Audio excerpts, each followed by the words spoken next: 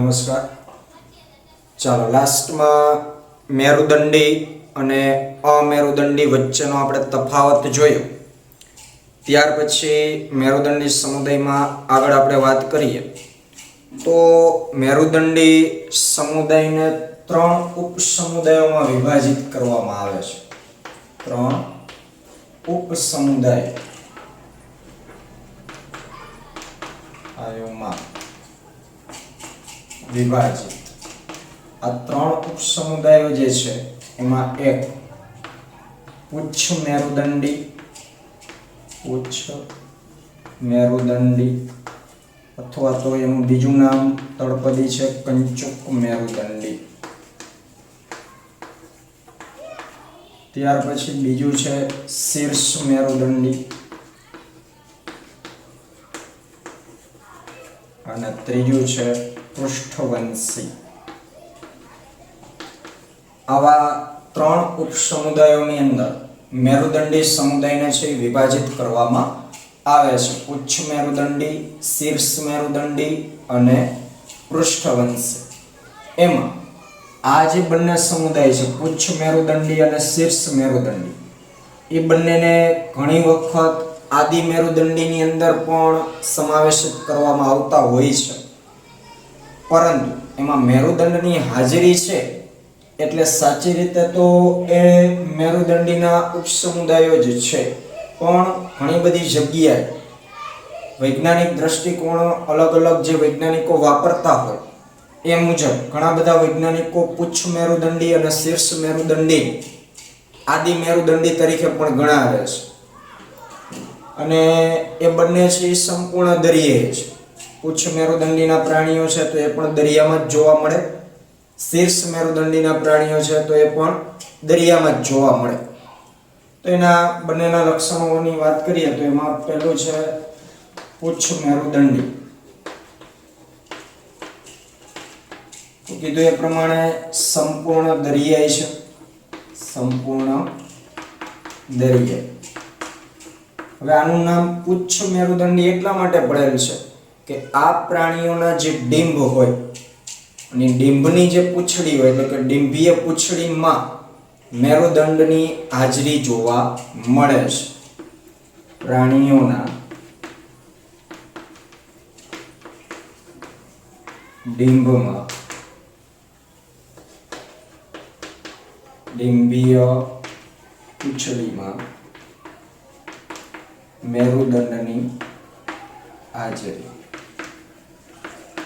એટલે કે पुच्छ मेरुदंडी प्राणीओ मात्र ने मात्र डिंभीय अवस्था में जे डिंभीय पूंछड़ी हशे એટલે કે એ ડિંભમાં જે પૂંછડી હોય તે પૂંછડીના ભાગે મેરુદંડની હાજરી છે જોવા મળે છે। પછીથી જ્યારે પ્રાણી પુખ્ત અવસ્થા પ્રાપ્ત કરે છે ત્યારે એમાં મેરુદંડ હોતું નથી, પરંતુ ડિંભીય અવસ્થામાં ડિંભીય પૂંછડી દરમિયાન એ પૂંછડીના ભાગે મેરુદંડની હાજરી જોવા મળે છે, એટલા માટે એને પુચ્છ મેરુદંડી તરીકે ઓળખવામાં આવે છે।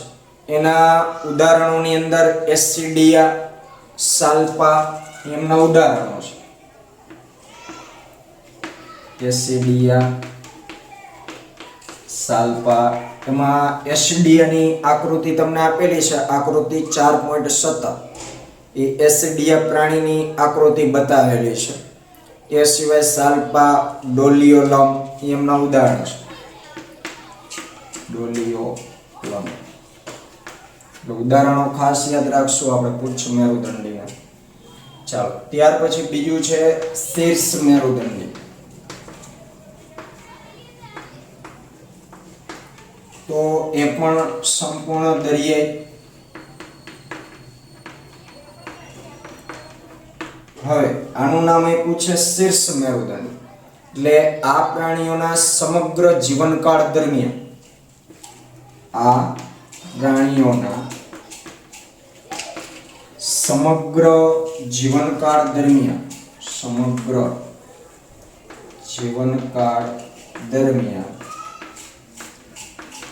શીર્ષથી પૂંછડી સુધી મેરુદંડની હાજરી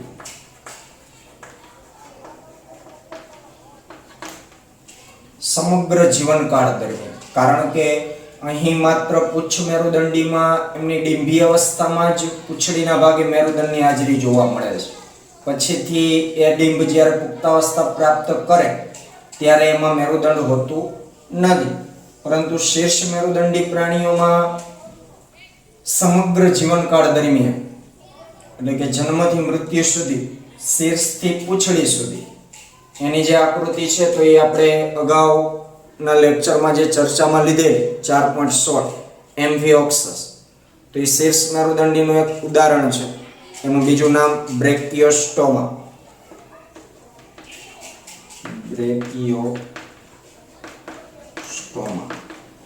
અથવા તો એને એમ્ફિઓક્સસ પણ કહેવાય, લેન્સલેટ પણ કહેવાય. તો એમાં તમે આકૃતિમાં જોઈ શકો છો કે મેરુદંડ શીર્ષથી પૂંછડી સુધી સળંગ આપણને બતાવે છે અને આ સમગ્ર જીવનકાળ દરમિયાન હાજરી હશે. મૃત્યુ સુધી એ મેરુદંડની હાજરી જોવા મળતી હોય છે. તો એટલા માટેનું નામ શીર્ષ મેરુદંડી એવું આપેલું છે. એટલે આ બંનેની વિશેષતા છે. આમાં બહુ ઓછું આપણને માહિતી આપેલી છે આટલી. ત્યાર પછીનો જે પેરેગ્રાફ છે એ પેરેગ્રાફ આપણને હવે પૃષ્ઠવંશી ઉપસમુદાયના જે કંઈ લક્ષણો છે નાના મોટા એની ચર્ચા સમજાવે છે. તો એના વિશે આપણે વાત કરીએ. ત્રીજા ઉપસમુદાયની પૃષ્ઠવંશી.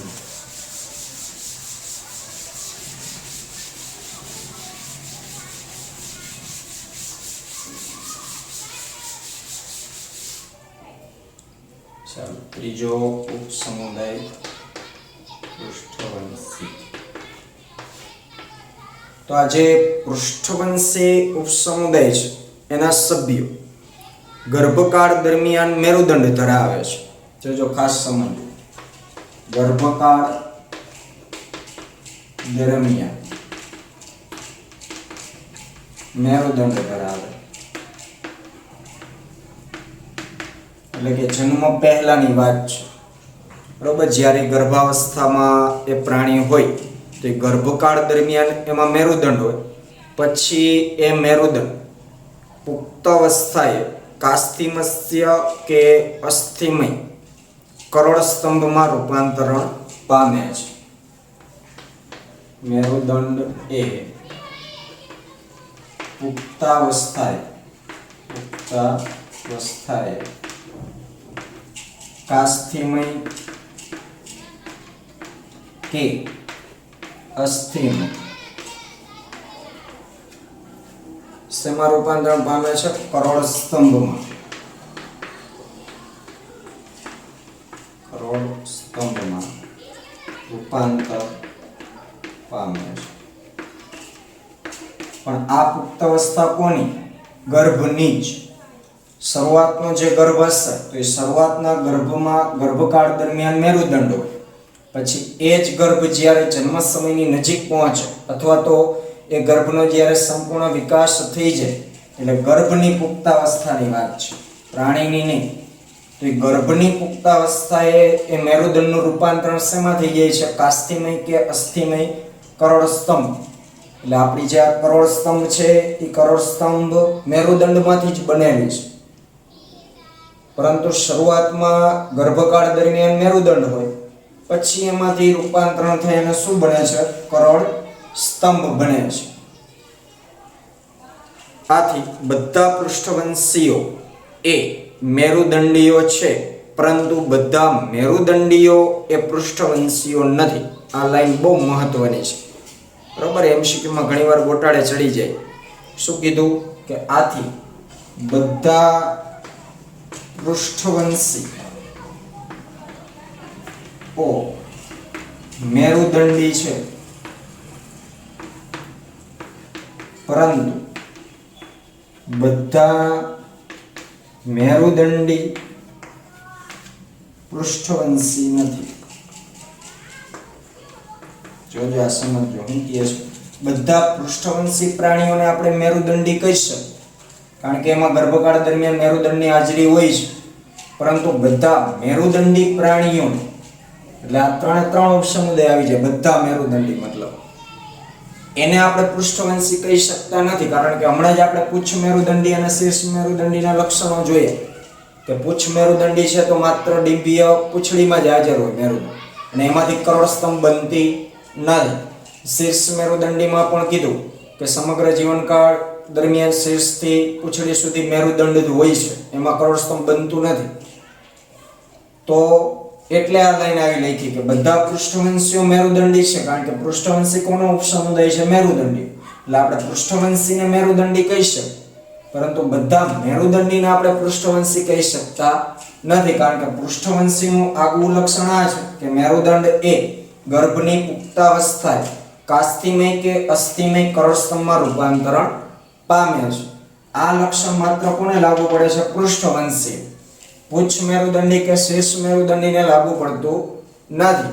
એટલે આ લાઈન આવી લખી છે કે બધા પૃષ્ઠવંશીઓ મેરુદંડી છે, પરંતુ બધા મેરુદંડી પૃષ્ઠવંશીઓ નથી. એટલે અંડરલાઈન કરી નાખજો આ લીટી. મેરુદંડીના પાયાના લક્ષણો ઉપરાંત પૃષ્ઠવંશીઓ છે વક્ષ બાજુએ 2, 3 કે 4 કોટરયુક્ત સ્નાયુમય હૃદય આવેલું હોય પૃષ્ઠવંશી પ્રાણીઓમાં. કઈ બાજુએ? વક્ષ બાજુ, એટલે પાચન માર્ગની નીચે. અને હૃદય છે કેટલા કોટરો વાળું? કાં તો 2 અથવા તો 3 અથવા તો 4, આપણે જે કર્ણકો ક્ષેપકો કહીએ છીએ એ રીતે. જો 2 કોટરો વાળું હૃદય હોય તો એનો મતલબ 1 કર્ણક 1 ક્ષેપક. 3 કોટરો વાળું હૃદય હોય તો 2 કર્ણકો અને 1 ક્ષેપક. અને 4 કોટર વાળું હૃદય હોય તો 2 કર્ણકો અને 2 ક્ષેપકો.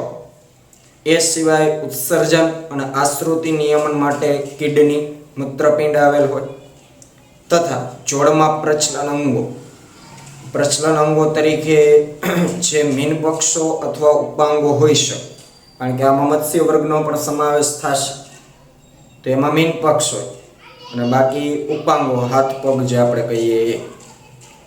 પૃષ્ઠવંશી ઉપસમુદાયને ફરીથી નીચે પ્રમાણે વિભાજિત કરવામાં આવે છે. નીચે એટલે એ પેજમાં નહીં, પણ એના પછીના પેજમાં તમને આલેખ આપેલો છે, તો એ આલેખ આપણે જોઈએ.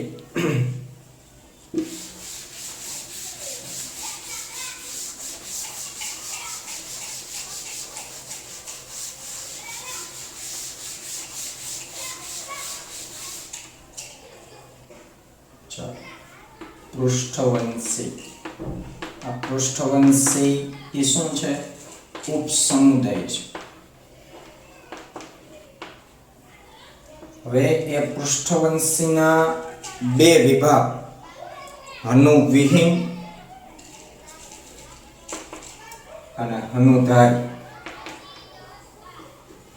હનુવિહીન આ શું છે? વિભાગ પાડ્યા. હનુવિહીન અને હનુધારી. હનુ એટલે જડબા, જવ. તો હનુવિહીન એટલે કે જડબા વગરના. અને હનુધારી એટલે જડબાધારી. ચાલો, તો હવે હનુવિહીન જે વિભાગ છે એની અંદર એક વર્ગનો સમાવેશ થાય છે જેનું નામ છે ચુસ્મુખા. કારણ કે આ ચુસ્મુખા વર્ગના જે પ્રાણીઓ છે એ કેવા છે? હનુવિહીન છે, મતલબ જડબા વગરના છે. તો એના મુખ છે ચુસક પ્રકારના હોય છે. એ આપણે ભણવાનું છે ચુસ્મુખા વર્ગ વિશે વિસ્તારથી, તો ત્યારે ચર્ચા થશે. જે હનુધારી જડબાધારી છે એના ફરી પાછા 2 ઉપરી વર્ગ પાડવામાં આવે છે. શું નામ આપવાનું છે? ઉપરી વર્ગ. હવે આ 2 ઉપરી વર્ગ જે હનુધારી પ્રાણીઓ છે એને ઉપાંગોને આધારે વર્ગીકૃત કર્યા છે, જેનું નામ આપ્યું છે મત્સ્ય અને ચતુષ્પાદ. મત્સ્ય એટલે કે મીન પક્ષોની હાજરી અને ચતુષ્પાદ એટલે ઉપાંગોની હાજરી. હવે મત્સ્ય જે છે કે જેમાં મીન પક્ષો આવેલા છે એના ફરીથી 2 વર્ગમાં વિભાજિત કર્યા છે.